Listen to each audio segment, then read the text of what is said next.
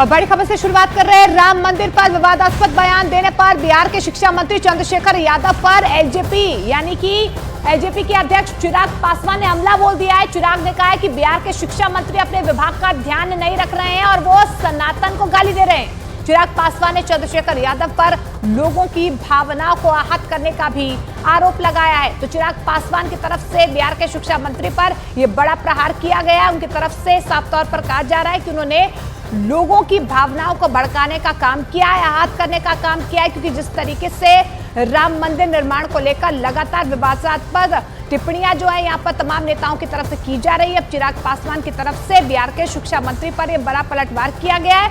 उनकी तरफ से कहा गया है कि वो लोगों की भावनाओं को भड़का रहे हैं, सनातन धर्म को गाली दे रहे हैं। तो बिहार के शिक्षा मंत्री चंद्रशेखर की तरफ से जो विवादास्पद बयान दिया गया, उसके बाद से अब लगातार सियासत गर्मा गई। आए दिन इस तरीके के बयान देना, और ताज्जुब मुझे इस बात का होता है कि उनकी पार्टी का नेतृत्व और उनके गठबंधन के साथी क्यों इन तमाम बातों को बर्दाश्त करते हैं। क्या उनको इस बात का एहसास नहीं है कि ये तमाम बातें आस्था से जुड़ी हुई हैं।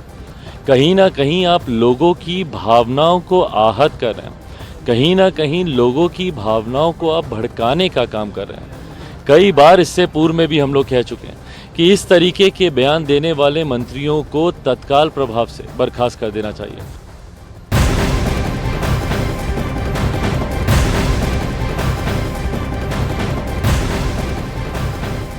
बिहार के शिक्षा मंत्री चंद्रशेखर और अजय यादव के बयान का जेडीयू ने विरोध किया है। जेडीयू प्रवक्ता नीरज कुमार ने आरजेडी नेताओं को दोहरे चरित्र वाला बताया। उन्होंने ये भी कहा कि रामलला की सुरक्षा बहुत पुख्ता है। तो इस वक्त की सबसे बड़ी खबर हम आपको बता रहे हैं, क्या कुछ बयानबाजी हो रही है। जेडीयू प्रवक्ता नीरज कुमार ने आरजेडी नेताओं को दोहरे चरित्र वाला बताया, यानी राम मंदिर के मसले पर दोनों ही पार्टियों में दो फाड़ की स्थिति है, आरजेडी और जेडीयू में। पहले आरजेडी के तरफ से जो बयानबाजी सामने आई वो भी आपने सुना, लेकिन अब आरजेडी। अब दिव्य ज्ञान कहां से हो गया? ये दिव्य ज्ञान ज्योतिष शास्त्र पढ़े हैं क्या? ये ज्योतिष शास्त्र पढ़े होंगे तब ना कि भविष्य में कौन सी घटना होने वाली है। अरे पूरा देश रामलला की मूर्ति का जब प्राण प्रतिष्ठा होगा, वह गौरव का क्षण होगा, सम्मान का क्षण होगा। और देश की कानून व्यवस्था इतना जरूर मजबूत है कि ऐसे लोगों के मंसूबे सफल नहीं होने देंगे। और कभी भी किसी को भयभीत करने वाला बयान देना अच्छी बात नहीं। अगर मंदिर गुलामी का रास्ता है तो जिस मंत्री परिषद के वो सदस्य हैं, उसी मंत्री परिषद ने 72 करोड़ रुपया पुनौरा धाम मां सीता के सम्मान में दिया, तो वह मानसिक गुलामी है। मंदिर की घेराबंदी के लिए मंदिर चारदीवारी योजना गृह विभाग चलाता है, तो वह मानसिक गुलामी के लिए आवंटन हो रहा है। मंदिर के पुनरुद्धार के लिए धार्मिक न्यास बोर्ड पैसा देती है। तो इस ढंग का बयान का कोई औचित्य नहीं है। ये तो अब काम के विपरीत आचरण हो गया।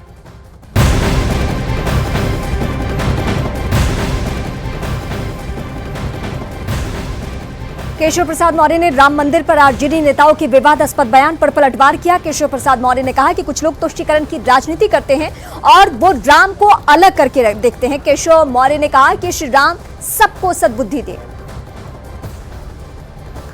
तो इस वक्त जो आरजेडी नेताओं की बयानबाजी थी, बिहार के शिक्षा मंत्री का जो स्टेटमेंट था, उसके बाद उत्तर प्रदेश के डिप्टी सीएम ने जो स्टेटमेंट दिया है वो हम आपको बता रहे हैं। उनका सीधे दो टूक कहना है कि सबको भगवान राम सद्बुद्धि दे कि वो इस तरीके से बयानबाजी ना करें। पहले शिक्षा मंत्री की तरफ से कहा गया कि गुलामी का रास्ता तय करता है मंदिर और स्कूल तय करता है कि हम प्रकाश में जाते हैं। उसके बाद दूसरी बड़ी बात आरजेडी के एक लीडर की तरफ से आती है कि अयोध्या में कोई बड़ी घटना बीजेपी करवा सकती है, जिस तरीके से लोग वहां पहुंच रहे हैं। की राजनीति करने वाले लोग हैं, जिन्हों राम को अलग करके देखते हैं, राष्ट्र को अलग करके देखते हैं, उनको इस प्रकार का विकार हो सकता है, विकृति हो सकती है। लेकिन भगवान श्री राम ऐसी जिनकी बुद्धि खराब हो गई, उनको सद्बुद्धि प्रदान करें।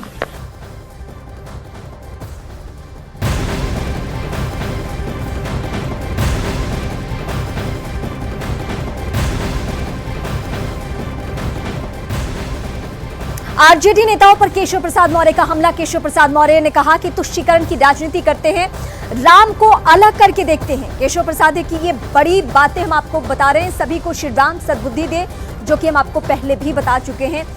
22 जनवरी को बीजेपी बम ब्लास्ट करवा सकती है, ये अजय यादव का कहना। अपने लोगों से ब्लास्ट करवा सकती है बीजेपी, इस तरीके की राजनीति हो रही है। हालांकि बिहार में ये पहली दफा नहीं है, इससे पहले भी रामचरितमानस को लेकर वहां के शिक्षा मंत्री चंद्रशेखर ने स्टेटमेंट दिया था। और अब एक बार फिर 22 जनवरी से ठीक पहले, यानी प्राण प्रतिष्ठा कार्यक्रम से ठीक पहले एक बार फिर से इस तरीके की बयानबाजी हो रही है।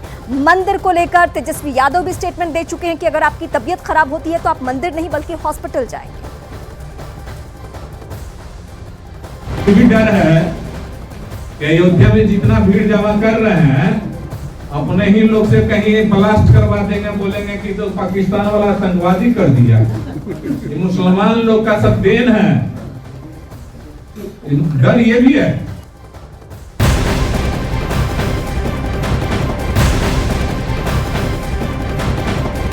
वहीं राम मंदिर पर बिहार के शिक्षा मंत्री चंद्रशेखर यादव ने विवादास्पद बयान दिया।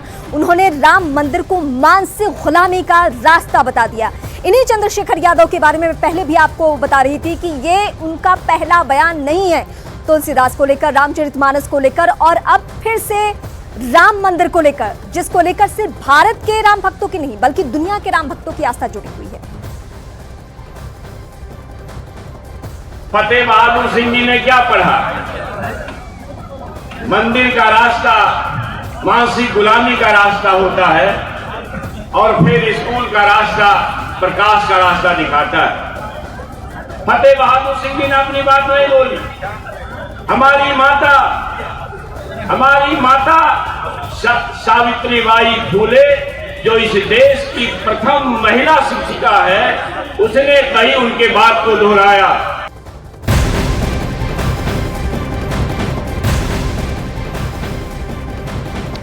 तो आरजेडी नेताओं के राम मंदिर पर विवादास्पद बयान पर परमहंस आचार्य ने कहा है कि हिंदुओं की आस्था का अपमान किया जा रहा है, क्योंकि लगातार देखिए किस तरीके से राम मंदिर को लेकर इस तरीके से विवादित बयान जो हैं आरजेडी के नेताओं की तरफ से सामने आ रहे हैं, जिस पर सियासत अब गर्मा गई है। इस बीच आपको बता दें कि आचार्य परमहंस ने कहा है कि हिंदुओं की आस्था का अपमान किया जा रहा है, सनातन धर्म का अपमान किया जा रहा है, क्योंकि लगातार इस तरीके से भड़कीले बयान जो है वो तमाम नेताओं की तरफ से सामने आ रहे हैं।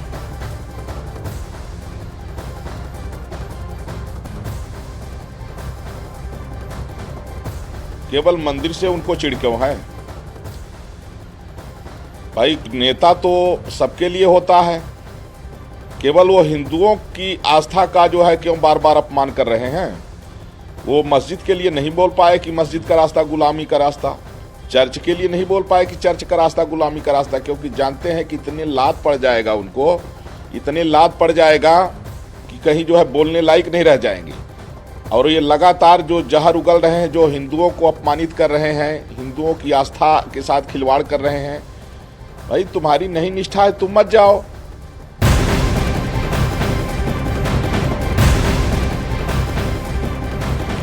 और अयोध्या में रामलला प्राण प्रतिष्ठा से पहले गर्भगृह में लगने वाले दरवाजे तैयार हो चुके हैं और जल्द ही ये दरवाजे मंदिर के गर्भगृह में लगा दिए जाएंगे। इन दरवाजों को दक्षिण भारत के कारीगर पिछले कई महीनों से तैयार कर रहे हैं। दरवाजों पर खास वैदिक शैली में कलाकृतियां भी उकेरी गई हैं। इन दरवाजों पर गुजरात का आपको बता दें कि गजराज की स्वागत करती हुई तस्वीरें भी हैं, वो भी लगी हुई हैं और फूलों की बारिश करती कलाकृतियां उकेरी गई हैं। ये दरवाजे सांगवान की लकड़ी से तैयार किए गए हैं। तो इन तस्वीरों में आप देख पा रहे हैं, ये वो विशेष दरवाजे हैं जो गर्भगृह में लगाए जाएंगे। रामलला विराजमान को लेकर तैयारियां जोरों पर है और इसी कड़ी में दरवाजे खास तौर पर बनाए गए हैं और हम न्यूज़ 18 इंडिया दरवाजों की उस वर्कशॉप में पहुंचा है और खास तौर पर पिछले कई महीनों से इन दरवाजों को तैयार किया गया है खास भारतीय शैली में और इनको विशेष वैदिक रीतियों के अनुसार इनको तैयार किया गया है। हैदराबाद की अनुराधा टिम्बर फर्म ने इनको तैयार किया है और पिछले कई महीने से काम कर रहे हैं। अलग अलग तरीके के ये दरवाजे आप देख रहे हैं। कोई किसी में स्वस्तिक का डिजाइन है, किसी में गजराज है, किसी में लक्ष्मी है। किस बारीक से लकड़ी का सिलेक्शन किया जाता है, डिजाइन उसके ऊपर कोरेदी जाती है, फ्रेम उसके तैयार किए जाते हैं, उसकी कटिंग की जाती है। जो आधुनिकता का जो एक मिश्रण हमें इन दरवाजों के बनाने में दिया जा रहा है, और दावा ये भी किया जा रहा है हजारों साल तक ये दरवाजे चल सकेंगे। मतलब कि एक बार स्थापित हो गए, एक बार लग गए तो जो ये चल सकेंगे, इनकी ड्यूरेबिलिटी के लिए भी चिंता लोगों को नहीं करनी होगी।